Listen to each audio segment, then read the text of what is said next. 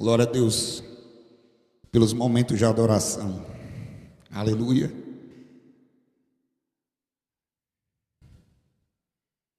Tem um movimento na nossa sociedade que tem me preocupado bastante. E eu sou atingido por ela da mesma forma que eu sei que vocês também são. A gente tem desvalorizado o silêncio. A gente tem supervalorizado fazer coisas, realizar coisas. Na verdade, existe uma ditadura que a gente vive de forma invisível, da necessidade de estar sempre produzindo coisas. Eu acompanho bastante as redes sociais, como acredito que vocês acompanham também. E todos os dias chegam para mim, o algoritmo me joga todos os dias informações relacionadas a uma nova interpretação da Bíblia, uma nova interpretação de um texto bíblico que eu nunca tinha percebido. Que em 2000 anos de teologia, ninguém percebeu, mas aquele cara do corte percebeu e ele conseguiu mostrar para a gente. Todos os dias a gente é bombardeado por coisas novas. O pregador é necessário estar sempre produzindo. O profissional é toda hora necessário estar produzindo. A dona de casa tem que estar produzindo. A criança tem que estar no karatê, jiu-jitsu, balé, natação. A gente precisa produzir, a gente precisa realizar, a gente precisa fazer. E parece para a gente que a narrativa bíblica é construída de pessoas que simplesmente fizeram. E a gente hipervaloriza alguns personagens pelo que eles fizeram. E a gente rememora. E a gente lembra. Isso não é errado não, certo? Não estou julgando a gente falar sobre os grandes feitos como algo ruim. Eu quero hoje falar com vocês sobre um lugar que é pouco falado. Um lugar que nem sempre é tão lembrado.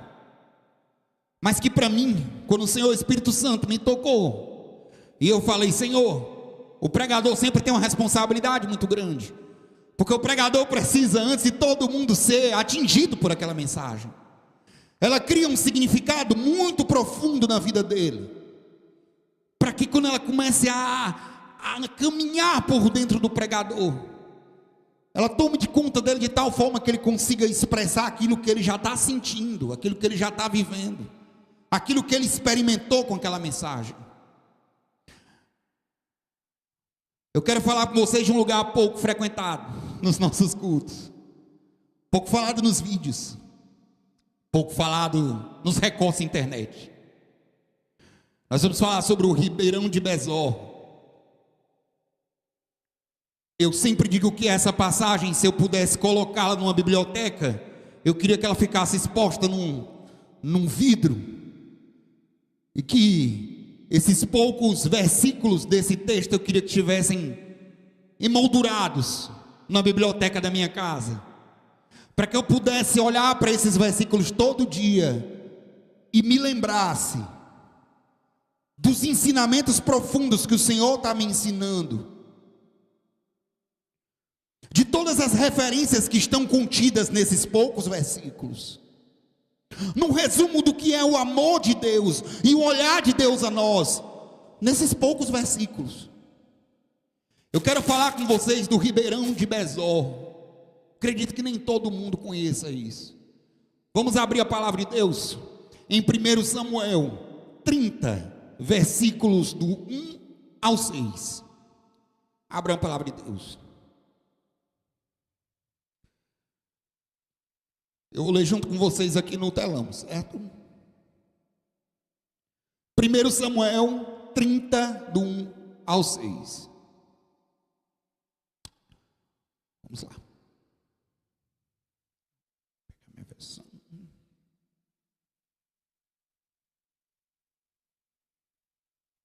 Ok. Vida corrigir. Sucedeu, pois, que, chegando Davi e os seus homens ao terceiro dia, a Ziclag, já os amalequitas tinham invadido o sul e Ziclag, e tinham ferido a Ziclag, e a tinham queimado a fogo. Versículo 2. E tinham levado cativas as mulheres e todos os que estavam nela, tanto os pequenos como os grandes. A ninguém, porém, mataram. Tão somente os levaram consigo e foram o seu caminho. E Davi e os seus homens chegaram à cidade, estava queimada a fogo, e as suas mulheres, os seus filhos e as suas filhas tinham sido levados cativos. Então Davi e o povo que se achava com ele alçaram a sua voz e choraram, até que neles não houve mais forças para chorar. Também as duas mulheres de Davi foram levadas cativas, Ainoã, a Gisraelita, e Abigail, a mulher de Nabal, o carmelita. E Davi muito se angustiou, porque o povo falava de apedrejá-lo, porque a alma de todo o povo estava em amargura, cada um por causa dos seus filhos e das suas filhas. Todavia, Davi se fortaleceu no Senhor, seu Deus. Vamos orar? Senhor Jesus, louvamos o teu nome. Senhor Jesus, clamamos a tua presença nesse lugar. O Senhor foi cantado aqui, a tua glória tomou conta desse espaço. Nós te adoramos em cada momento desse culto. Nós queremos, Senhor, que a tua palavra encontre abrigo, guarida no coração de cada irmão aqui presente. Espírito Santo de Deus, usa o teu servo para que tudo que eu venha falar, Senhor, seja de acordo com o teu querer, que eu de forma alguma atrapalhe, Senhor, o teu mover, e que eu seja usado como instrumento da tua vontade, daquilo que tu queres ensinar para o teu povo, para os nossos corações, para a nossa vida e para a nossa alma, em nome de Jesus, amém, amém, amém. É o olhar de Deus sobre nós. Vamos tentar fazer um resumo do que a gente leu até agora, certo? Davi era comandante de Saul. Davi, na verdade, estava fugindo de Saul. Ziclag é uma cidade que ele recebeu para poder habitar nela. Ele habitava nessa cidade, e Davi estava entre guerrear e fugir, entre fugir e guerrear. Ele volta para sua cidade, encontra um cenário de guerra. A cidade está queimada, as casas estão destruídas, as mulheres foram levadas. Vocês imaginam o desespero desse cara, chegando com seus soldados. Davi, que era um homem que amava o Senhor, as mulheres foram levadas, os pequenos foram levados. A Bíblia não fala sobre morte, porque ela diz: ninguém morreu, eles foram levados. Davi estava voltando de um outro conflito, onde ele não tinha sido tão bem sucedido assim. Ele foi pego na surdina. A nossa vida nem tudo a gente controla. E o primeiro ensinamento que eu quero dizer para os irmãos é que existem coisas que nós nos dirigimos a elas, e existem outras coisas que vêm em nossa direção. E das coisas que vêm em nossa direção, geralmente nós não temos nenhum controle acerca delas. Elas simplesmente vêm.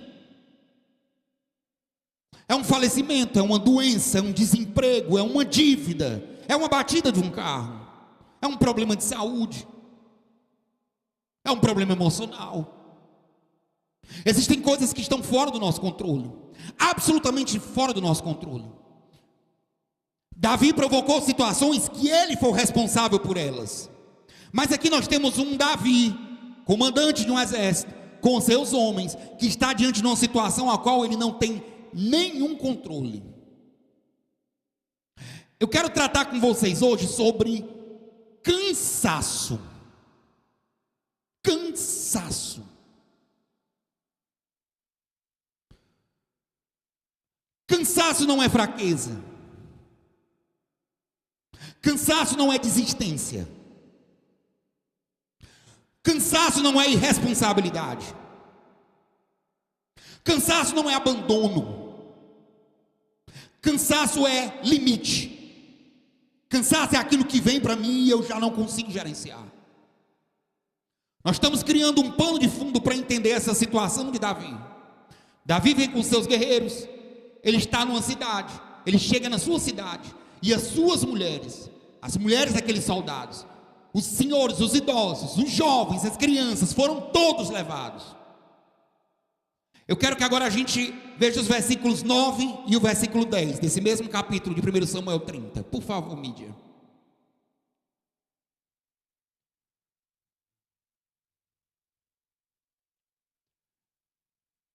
Partiu, pois, Davi, ele e os 600 homens que com ele se achavam, e chegaram ao ribeiro de Besor, onde pararam os que ficaram atrás. Versículo 10.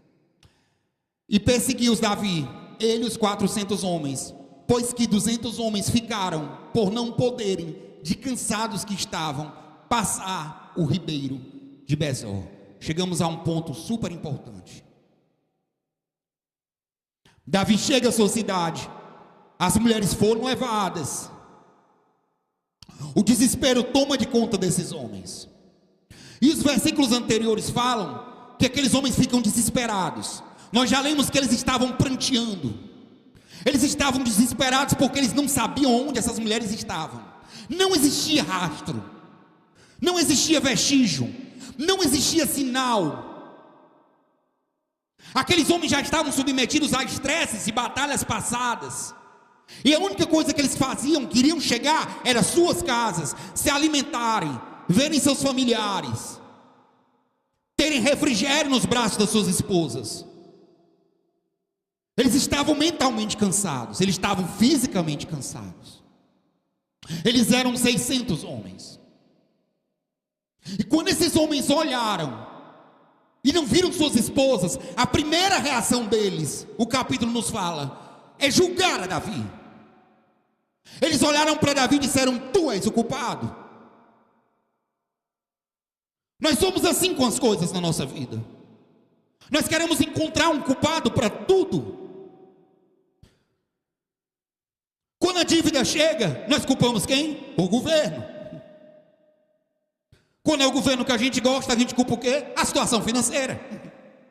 Ou a gente julga o quê? As relações internacionais. Ou a gente culpa o quê? O chefe que é ruim. Ou a gente culpa a empresa que a gente trabalha. Ou a gente culpa a atividade que a gente exerce. De fato, a gente nunca quer assumir que nós somos também, nossas mãos também estão sujas nos processos de perca da gente. Nós sempre colocamos um culpado. E não foi diferente com esses homens. Eles culparam a Davi, a tal ponto que o capítulo trata que eles pensaram em apedrejá-lo. Vamos apedrejar esse cara, vamos matá-lo, ele é o responsável. Vocês imaginam o sentimento que estava passando por Davi? Davi era um homem, ele estava cansado, ele estava com fome, e ele tem que gerenciar aquele conflito ao qual ele não tem controle nenhum. Só que é por isso que a história de Davi é tão linda, inclusive as suas controvérsias. O capítulo nos fala que Davi, ao invés de juntar um outro grupo e eliminar aqueles que querem matá-lo, ele pede o manto sacerdotal e vai consultar ao Senhor. Nossa vida é feita de escolhas, e a gente tem que saber o que fazer com aquilo que a gente não tem controle.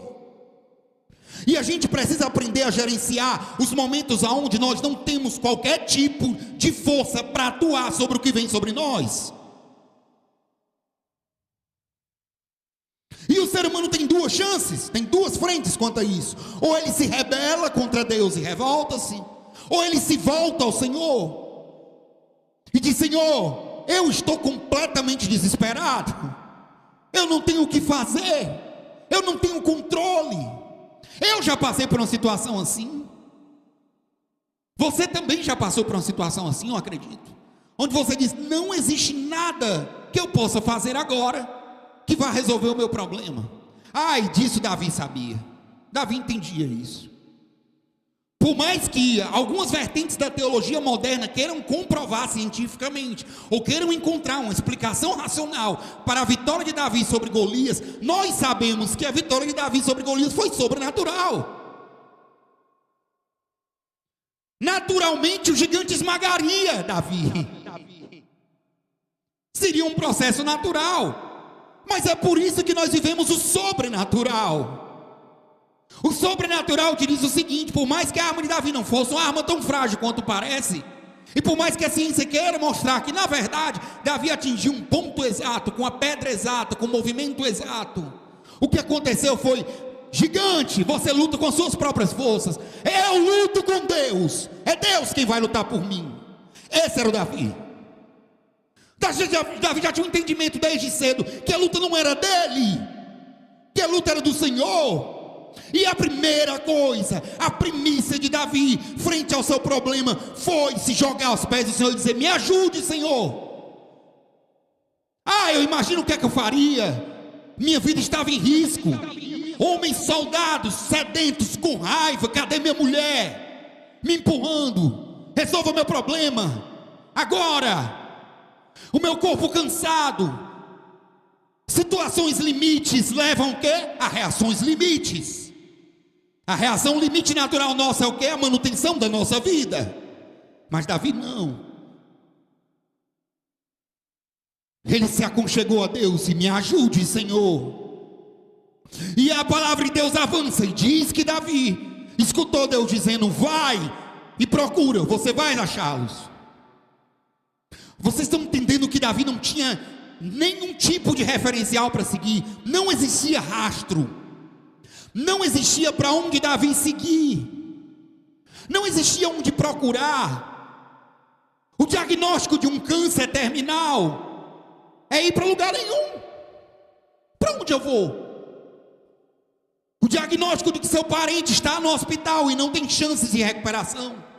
O diagnóstico de que você vai convidado hoje à tarde para o RH, porque eles querem conversar com você. O que é que tu pode fazer diante disso? Nada. O desespero vai tomar conta do teu coração naquele momento. E você vai ser tomado por uma onda de cansaço. Um cansaço que está ali acumulado, se alimentando dentro de você. Davi estava nessa situação limite. Mas ele buscou o Senhor. Segunda lição que a gente vai ter: existem coisas que não estão no nosso controle, mas a nossa reação diante delas vai ser determinante para os resultados que a gente vai colher diante dessa situação. E o que a gente acabou de ler agora é que Davi disse para os homens: nós vamos recolher, nós vamos trazer de volta, nós vamos resgatar as nossas esposas, os nossos filhos, os nossos jovens, porque Deus disse para eu ir. E esses homens foram. E eles encontraram diante dele um ribeirão, o ribeirão de Besor. E na hora de atravessar esse ribeirão, somente 400 homens passaram. 200 homens não passaram. 200 homens ficaram na beirada do ribeiro, talvez chorando, desesperados. Sabe por quê? Porque eles estavam cansados. Cansados. Essa é a palavra tratada aqui no texto. Eles estavam cansados. Passar pelo ribeirão provavelmente significaria a morte desses caras, porque eles estavam exaustos. Nós somos viciados em vitórias. Nós somos viciados em produzir. E quando a gente se defronta com um texto desse, parece que a gente está recebendo um tapa no peito, dizendo assim: e agora? Diante de uma pessoa cansada, o que é que eu faço? Diante daquele que não consegue prosseguir, diante daquele que está exausto, é importante a gente entender que a gente não vai ser o melhor em tudo. Aqui nós temos todos os tipos de pessoas. Talvez você não é o melhor filho do seu pai, não é a mais querida filha, nem a mais bonita. Talvez você é a rejeitada do seu marido. Talvez você não é o profissional que sempre receba uma plaquinha e um tapinha nas costas do teu chefe e diz para você: parabéns, você é muito bom. Talvez você não é o que tem o melhor aprendizado. Talvez você não é o que prega melhor, e nem o que canta, nem o que toca, nem o que faz nada na igreja. Você olha para você e diz assim: cara, eu sou uma pessoa que está aqui servindo ao Senhor com umas pequenas coisinhas. Eu faço uma atividade pequena. Ela nem é vista aqui em cima do púlpito.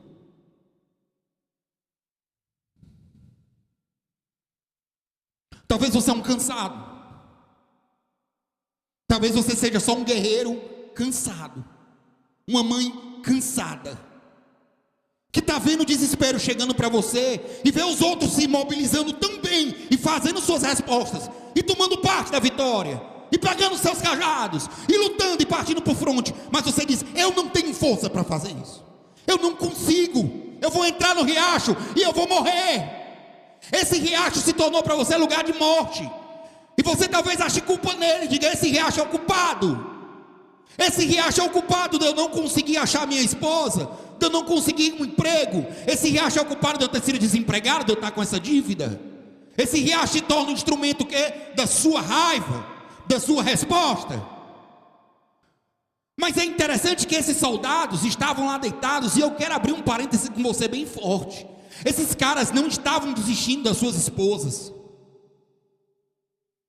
Meu Deus, esses caras não amavam suas esposas menos do que os outros 400.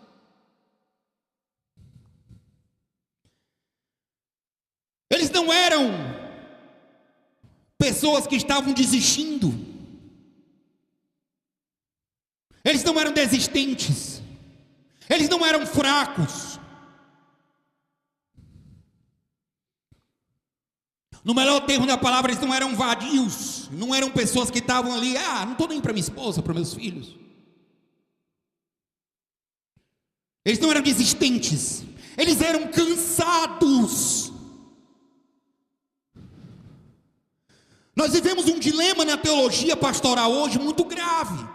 Porque se de um lado nós temos uma teologia humanista, que coloca o homem como centro de todas as coisas, o ponto fraco do coração de Deus, nós temos por outro lado uma teologia que quer nos afastar dos aspectos humanos, e não quer enxergar como nós somos gente, pessoas, que sofrem, que têm dor de cabeça, que têm cansaço, que têm limite, que chega um momento que não dá, eu tenho que parar, Senhor, não dá. E o Ribeiro de Besor é o lugar onde esses caras encontraram seu limite. O Ribeiro de Besor é a doença terminal. O Ribeiro de Besor é o desemprego. O Ribeiro de Besor é a batida que deu perca total no carro. É o teu filho que só te dá problema e que te envergonha, porque você clama ao Senhor: Senhor, cura meu filho, Senhor, liberta meu filho, Senhor, salva minha filha, Senhor, liberta meu marido, Senhor. Mas parece que vem uma coisa de confronto a você que está fora do seu controle. E você vê gente alcançando vitórias e passando fácil pelos seus ribeiros. E você diz: eu não consigo. Eu não consigo. Eu vou ficar aqui no ribeiro. Essa mensagem é para você que está cansado. Você que está em casa que está cansado. Essa mensagem é para você que está exausto de algumas coisas, e que às vezes se sente menor no reino dos céus, porque vê tanta gente vitoriosa por aí, contando seus testemunhos, às vezes dos mais fantásticos, e você está aguardando a mão poderosa de Deus te atingir. Eu quero dizer para você que existe um lugar no coração de Deus para você. É por isso que eu amo essa passagem. E é por isso que eu quero que essa passagem um dia se torne um quadro na minha casa. É por isso que o Senhor Espírito Santo, quando falou comigo, disse: Jimmy, você está cansado. A primeira coisa que eu disse: Senhor, o que é que tu queres falar comigo? A primeira coisa que o Senhor disse para mim foi: você está cansado. Descanse um pouco. Eu não queria descansar, mas eu precisava descansar. Descansar não é preguiça. Dizer eu estou cansado não significa que você desistiu. Entenda, Olhar para o ribeiro e descansar as águas do ribeiro não significa que você é menos importante no reino dos céus do que os 400 que passaram por ele. O que essa passagem tem de resumo do amor de Deus está em como Davi respondeu a essa situação.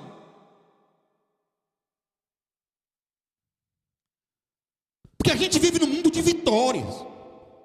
Os coaches estão todos os momentos aí nos ensinando que a gente precisa ter um mindset diferente, virar a chave, destravar. Existe sempre uma travada na gente. Nós estamos travados em uma diversas gamas de situações. A nossa vida financeira, a nossa vida profissional, a nossa vida afetiva, a nossa vida familiar está travada e tem que destravar, toda hora destravar, destrava. Aí você luta atrás desse destraves dia e noite, incansavelmente, sendo produtivo, fazendo coisas, relacionando, fazendo, construindo, absorvendo. E em nome de Jesus, isso não é uma ode à preguiça. Essa mensagem não te valoriza não fazer nada. Ela está te dizendo o seguinte: existe uma hora que o cansaço pode tomar conta de você. Ou que você tem limites que eu talvez não tenha.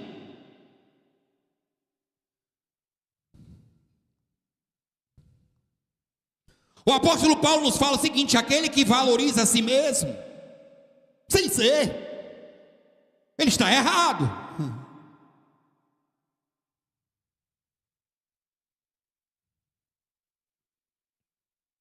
O nosso olhar para aquele que está cansado determina muito daquilo que Cristo, da obra redentora de Cristo e do nosso relacionamento íntimo com o Senhor, de entendimento das diferenças que nós temos. O que nós fazemos com os cansados? Nós os deixamos no meio da guerra? Nós os abandonamos? Nós ocupamos? Nós olhamos para os mais fracos e dizemos o seguinte: você não foi suficientemente próximo do Senhor para alcançar a tua vitória. É isso que a gente faz com aqueles que estão cansados, com aqueles que vão ficar com seus pés molhando no ribeiro ali porque não conseguem atravessar. O que esse capítulo tem de rico para a gente e de um ensinamento ímpar da vontade de Deus e do seu amor é que Davi em nenhum momento julga esses caras. De fato, a palavra de Deus nos ensina que Davi vai à procura dos amonitas. E quando ele vem voltando com as mulheres, e com os filhos, e com os jovens, e aqueles 200 que ficaram lá no ribeiro de Besor, porque não conseguiram passar, olharam, eles muito se alegraram. E a parte mais linda desse capítulo que eu acho, é quando Davi vem voltando com essas pessoas, dessa batalha que ele conquistou, que ele ganhou. Ele olha para esses 200 e ele os sauda. Ele os sauda. Que tipo de crente nós somos? Que tipo de pastor eu sou? Que tipo de líder eu sou? A vitória que Davi estava saboreando, ele fez questão que aqueles caras que ficaram no ribeiro de Besor também saboreassem. Em nenhum momento Davi olhou para esses caras como se eles fossem menores, ou como se eles fossem menos dignos do amor de Deus. Em nenhum momento a narrativa bíblica trata que Davi deu algum tipo de sermão para esses caras. Davi sabia que eles estavam cansados. Às vezes quando a gente lê os Salmos, a gente pensa que aquela inspiração que Davi teve foi momentânea. Os Salmos várias vezes são um acúmulo de experiências que Davi teve ao longo da sua vida, e ele colocou em poesia, em canção, aquilo que ele já tinha experimentado. E quando eu vejo essa passagem, eu lembro de Davi dizendo: ele me faz repousar, o quê? Em águas o quê? O Senhor é meu pastor, nada me faltará. Ele me faz repousar em verdes pastos. Ele me guia mansamente a águas tranquilas e refrigera a minha alma. Aí você entende por que Davi escreveu isso com tanta propriedade. Ele talvez viu aqueles homens deitados ali, naquele riacho, molhando seus pés, cansados, feridos. Os mesmos caras que há pouco tempo atrás queriam matá-lo, porque achavam que ele era culpado e apedrejá-lo. E Davi olhou para eles e saudou.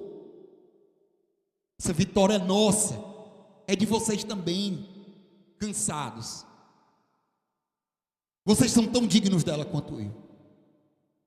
Mas a narrativa bíblica vai além disso. Quando Davi conquistou essas mulheres de volta, e esses jovens, e esses velhos, ele também conquistou os despojos da guerra. Isso é, os perdedores perderam tudo. Os tesouros acumulados daquele povo que perdeu, agora faziam parte do grupo de Davi. Eles estavam nas mãos daquelas riquezas daquele pessoal. Esses são os despojos de guerra. Então eles voltaram com cavalo, eles voltaram com tesouro, eles voltaram com um bocado de coisa. E o mais engraçado disso, e o mais interessante, é que aqueles 400 que voltaram junto com Davi, disseram para Davi: olha, devolve a mulher deles, devolve o filho deles, mas o tesouro, vai devolver ou não? Vai dar para eles ou não? Não, divide só entre nós, fomos nós que lutamos. É justo, nós lutamos, a gente divide entre 400 as riquezas.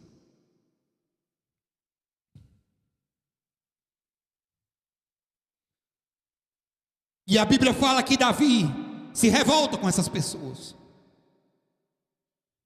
Há um termo, inclusive, super pesado utilizado.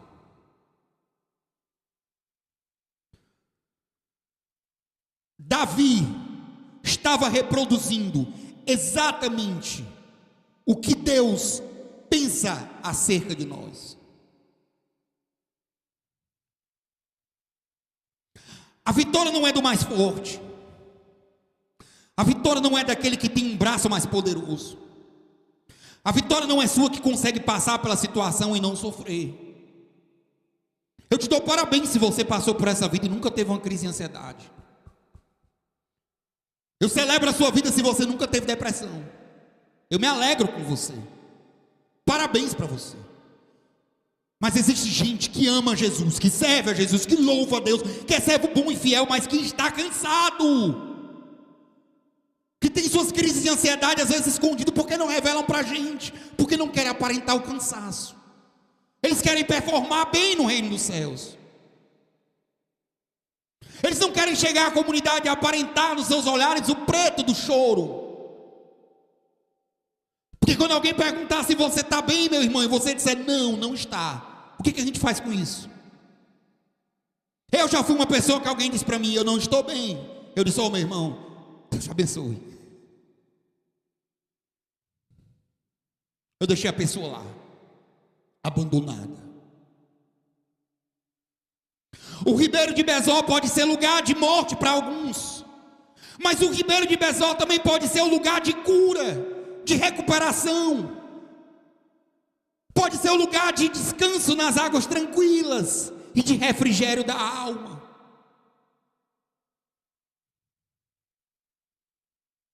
Davi experimentou do amor de Deus. E quando eu disse para vocês que Davi é uma figura controversa, é que o mesmo Davi que criticou esses homens que não queriam dividir os despojos da guerra com aqueles que ficaram lá no riacho e que não lutaram para reconquistar suas esposas, é o mesmo Davi que depois vai fazer um censo para querer saber quantas pessoas aptas para lutar estavam prontas, porque ele achava que tendo quanto mais homens para lutar, melhor. Não era a mão forte de Deus que ganharia a batalha, era o número de soldados que ele teria. É o mesmo Davi. Nós estamos falando da mesma figura. O que esse Davi do censo faria com aqueles 200 que ficaram? Será que ele diria: vamos passar agora na marra? Ah, meu Deus, quanto eu já tive de líderes que me fizeram atravessar riacho de Besor, e eu estava cansado. estava ansioso, eu estava triste, eu não estava conquistando a vitória. Eu não fui o melhor filho, eu não sei vocês. Eu não fui o melhor estudante, eu não fui o que aprendi mais.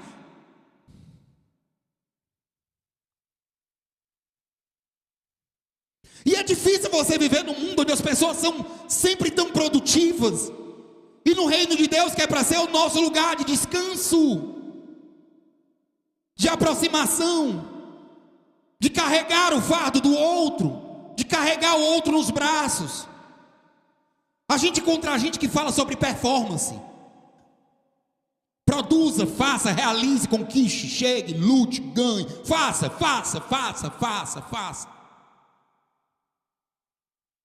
Precisamos fazer mais e melhor, precisamos fazer mais e melhor, precisamos fazer mais e melhor.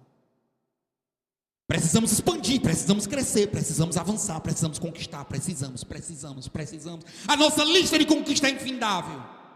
E às vezes na sua casa você está com um problema que você não consegue achar solução. A tua filha só te dá problema. O teu filho só te dá desespero, dor de cabeça. Essa conta nunca fecha. Aí você faz como eu já fiz em algum momento, você conta as cabecinhas da igreja e diz: se cada irmão me ajudasse com R$5, eu conseguiria resolver isso. Meu Deus.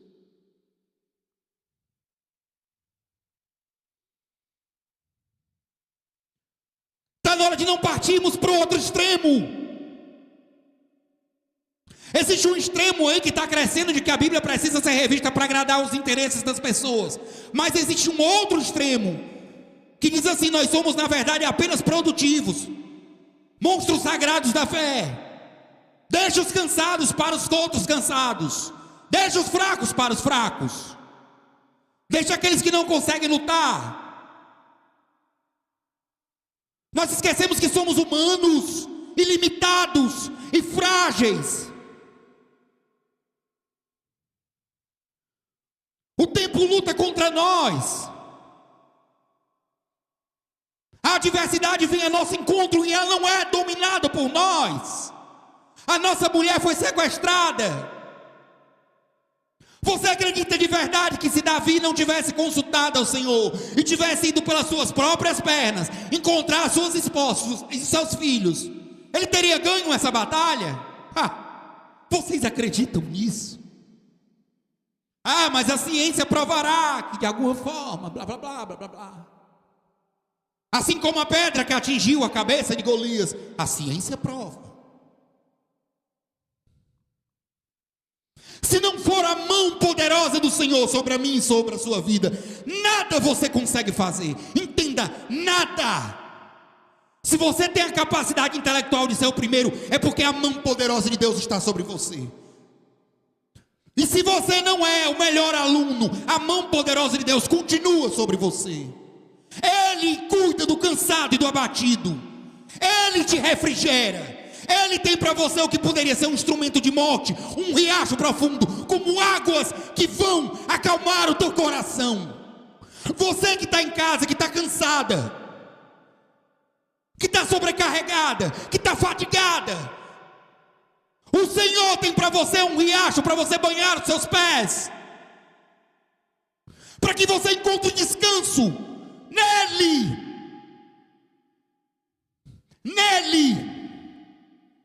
Davi dividiu os despojos da guerra com aquelas pessoas. Davi foi tomado por uma misericórdia gigantesca e disse: essa vitória é de vocês.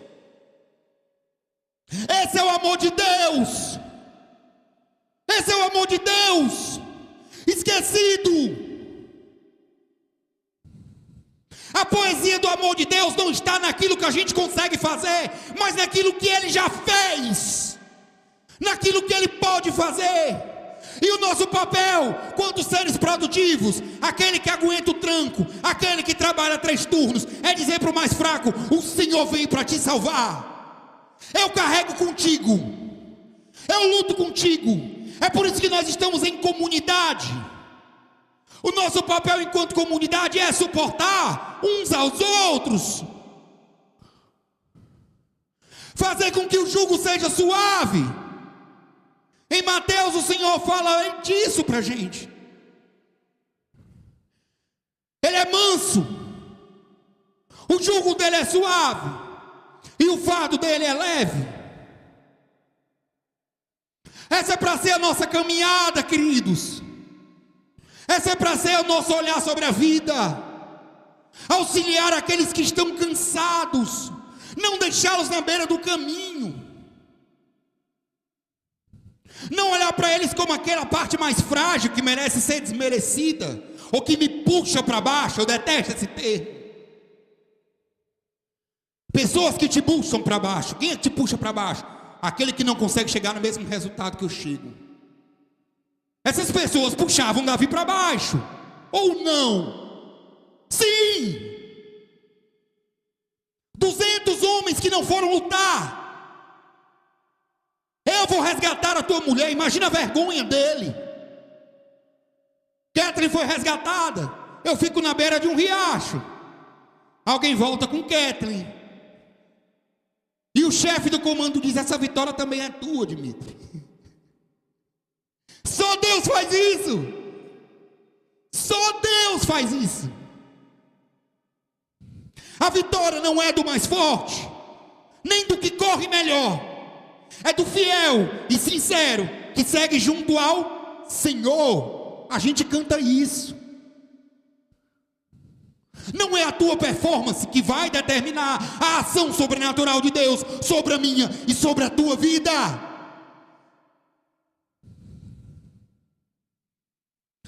Se esses homens passassem o ribeirão de Besor por uma ordem absurda de Davi, por uma necessidade de vaidade de Davi, de ver aqueles homens darem o seu melhor, deu o seu tudo, esses homens encontrariam a morte ao invés do descanso. Eles encontrariam fracasso ao invés do descanso. Eles não se recuperariam, eles encontrariam a destruição, a derrocada. Eles não celebrariam a reconquista das suas mulheres. Sabe por que Davi foi com 400 homens? Sabe por que Davi iria com 15 homens? Sabe por que Davi iria com 25 homens? Sabe por que Davi iria sozinho? Porque Davi sabia que a luta não era dele. A luta não é minha. Não é você que luta contra a sua doença. Não é você que luta contra o seu desespero. Não é você que luta contra seu filho que está doente, que te dá trabalho, contra o teu marido problemático. Quem luta contigo é o Senhor Todo-Poderoso. Todo-Poderoso. Ele é o Deus das batalhas. Ele é o Deus da guerra. Não é você. Pastor, me prove, pastor. Me prove, pastor, que não foi Davi que ganhou essa guerra. Ah, irmãos, esse texto é lindo. E eu disse para vocês que eu queria moldurá-lo e colocar na minha biblioteca. Eu vou contar para vocês o que é que Deus fez. Eu estou tipo aquelas séries que começa a mostrar o começo e depois já mostra o fim, né? Agora eu vou para o plot twist. A parte que me fez chorar. As mulheres foram sequestradas. Os filhos foram sequestrados. Há um ribeirão. Deus fala com Davi: vai, que você vai achá-las. Davi não tem rastro. Davi não tem pista. Os caras simplesmente foram. Deserto, quente, calor, cansaço, fome, vontade de descansar. Minha cidade queimada. 200 homens ficaram no ribeirão. Mas o Senhor disse: vá, quem peleja por ti sou eu. Davi foi com 400 homens. 400 homens que estavam atravessados com ele até aqui, ó. Eu imagino esses caras dizendo: se Davi não achar a minha mulher, hoje ele morre. Morre aqui. Davi já era jurado de morte por Saul. Imagina ser jurado de morte pelos seus também. E a palavra de Deus nos ensina que quando eles passaram o ribeirão, eles acharam um egípcio. Esse egípcio estava desnorteado, com fome, com sede. O que esse cara estava fazendo no meio do nada, gente? Ele estava abandonado no meio do nada. E a palavra do Senhor nos diz que o exército de Davi chegou para esse cara e disse: quem é você? Ele disse: eu era um servo dos amonitas. Eu era servo deles. E eles me abandonaram. Porque eu estava doente. Eu fui deixado de lado. Opa. Ele foi deixado. Ele foi abandonado. Desistiram desse cara. Quando ele não era mais útil, ele foi jogado de lado. Como nada. Para morrer no deserto. E a Bíblia diz que Davi e os seus comandados cuidaram dele, deram comida, deram água. Sabe o que é que ele fez? Davi disse: você sabe para onde é que eles levaram as nossas esposas? E ele disse: sei, sim, eu vou dizer para vocês exatamente onde é que ele está. E aí ele mostrou, está lá o acampamento deles, é lá que eles estão. Olha que paradoxo estranho. Esse homem foi abandonado. Ele estava cansado. O cansado foi deixado de lado. O cansado foi deixado para morrer. A palavra de Deus está nos ensinando em cada versículo desse texto o que fazer com o cansado, o que fazer com o que está sobrecarregado, o que fazer com aquele que está sem forças para lutar. Nós devemos ser a mão de Deus na vida dessas pessoas. Ao invés de clamarmos ao Deus do céu para trazer chuva sobre a vida delas, como nós fazemos, como forma de nos ver livre do problema delas, porque é isso que nós fazemos, seja sincero. Quando alguém nos procura com uma dívida financeira, a gente diz: eu vou orar por você. Ou eu orar por você não é eu quero que o seu problema se resolva, é eu quero simplesmente me ver livre do seu problema, porque eu não vou depender do meu dinheiro para você. É isso que a gente faz. Jogo é real. A gente quer se ver livre do problema do outro. Eu tenho certeza que se Davi dissesse: eu vou orar para o Senhor dos céus cuidar de você, Deus faria chover hambúrguer sobre a cabeça desse egípcio. Ele comeria a melhor comida do mundo. Eu sei disso. Eu acredito nesse Deus. Mas a mão de Deus estava sobre Davi. Foi Davi quem cuidou dele. O entendimento de Deus sobre a vida desse homem é incrível.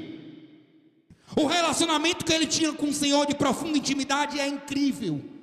Quanto mais íntimo você é do Senhor, mais piedoso você é com aquele que está abatido. É proporcional. Não existe eu e ele se não existe eu e nós. Quando é que nós esquecemos isso?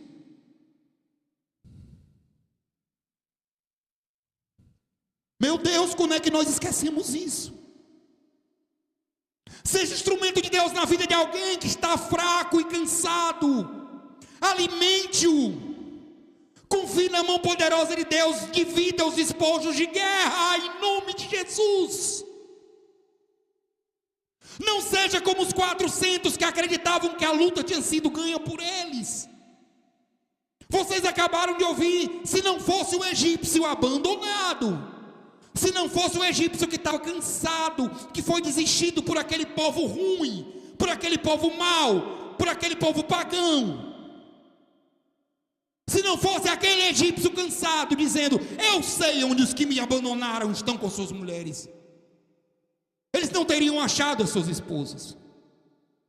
Elas foram achadas porque foi a mão de Deus que ganhou e que pelejou por Davi. Não foi Davi, nunca foi Davi. Ao contrário, quando Davi confiava em sua própria mão, derrota. Nós somos assim. Essa passagem é linda, ela é poética. Eu imagino Davi se lembrando disso quando foi escrever o Salmo 23. Ele lembrou do pastoreio do Senhor. Pastor não é pregador. Pastor não é um cara com o microfone na mão. Pastor é um cara que está nos bastidores cuidando de vida de outras pessoas. Pastor é isso. Pastor é um cara que abre mão muitas vezes da sua própria atividade para estar cuidando do problema de um terceiro que ele não sabe nem como gerenciar. Isso é ser pastor. É aqueles 200 que vai fazer falta para você, mas você diz: a mão de Deus vai me sustentar, eu vou dar para aquele que está necessitado. O Senhor é a minha luz e a minha salvação, é Ele quem vai cuidar. É Ele quem vai prover. Eu preciso fazer isso. Por quê? Porque eu sou um pastor. Eu imagino Davi escrevendo o Salmo 23 e lembrando do repouso nos verdes pastos, vendo aquela área verdinha, vendo aqueles homens com seus pés ali afundados, dizendo: meu Deus, será que minha esposa vem? E ele vindo com aquelas mulheres e aquelas lágrimas caindo no rosto daqueles caras. Eles eram soldados, eles eram guerreiros, eles eram valentes, iguais aos 400. Vendo suas mulheres e seus filhos correndo para abraçar o seu papai. E Davi dizendo: a vitória não é minha, o despojo não é meu, a luta é nossa.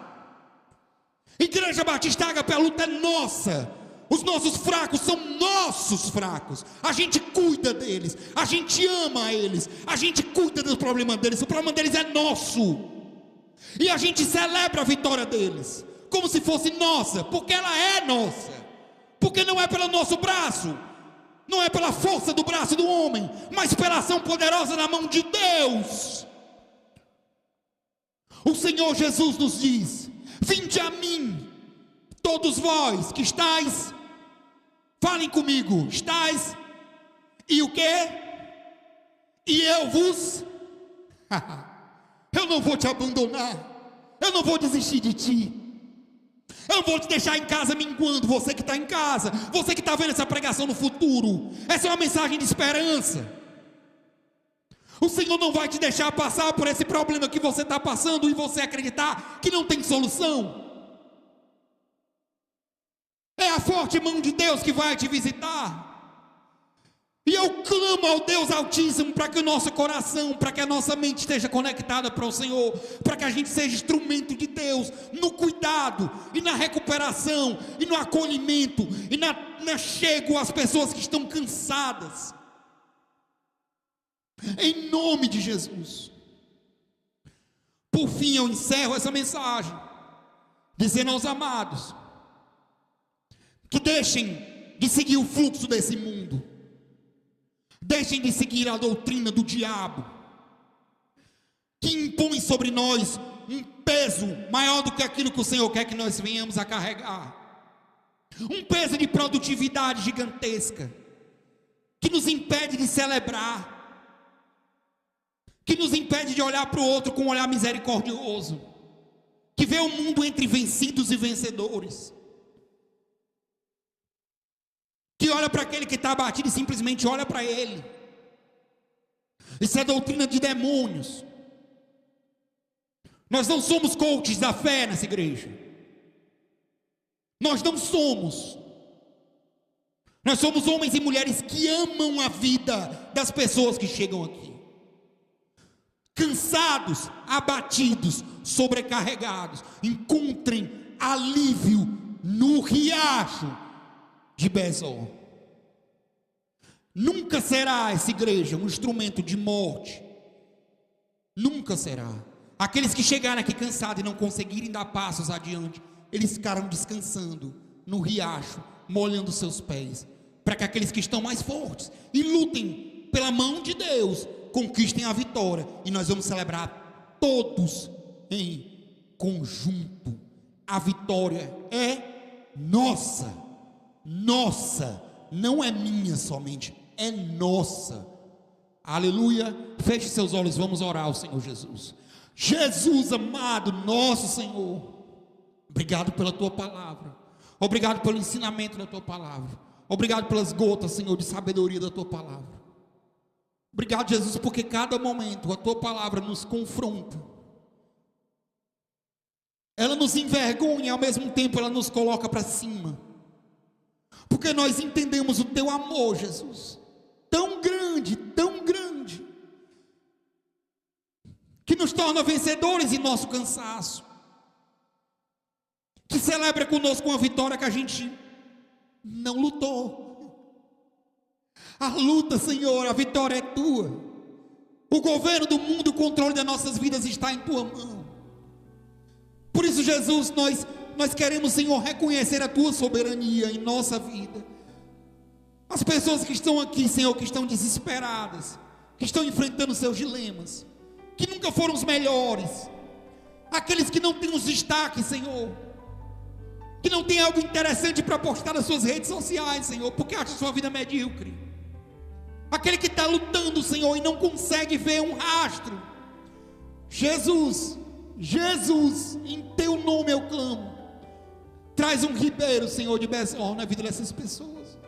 Um lugar de alento, que essa igreja, Senhor, seja esse ribeiro, onde as pessoas molhem os seus pés, onde elas encontrem descanso, Senhor. Que nós sejamos, Senhor, participantes do movimento dessas águas, Senhor, que vão limpar os pés daqueles que estão descansando. Que a gente venha, Senhor, acolher, abraçar e amar, em nome de Jesus, aqueles que chegarem doentes, cansados, abatidos, com suas lutas, Senhor, internas. Que a gente torne essas lutas nossas também, Senhor, em nome de Jesus. Nos torna mais, Senhor, humanos e mais, Senhor, amados, Senhor, e amáveis. Nos torna parecidos contigo, Jesus. Quando o Senhor veio até nós, Senhor, como ser humano, o Senhor sentia as dores dos outros. O Senhor se apiedava. Coloque em nós um coração piedoso, um coração que não faz como os inimigos de Deus e abandona no meio do caminho aqueles que estão fracos, para que a gente só lamente o fato deles ficarem no caminho. Senhor, retire de nós, Senhor, essa doutrina da performance, em nome de Jesus.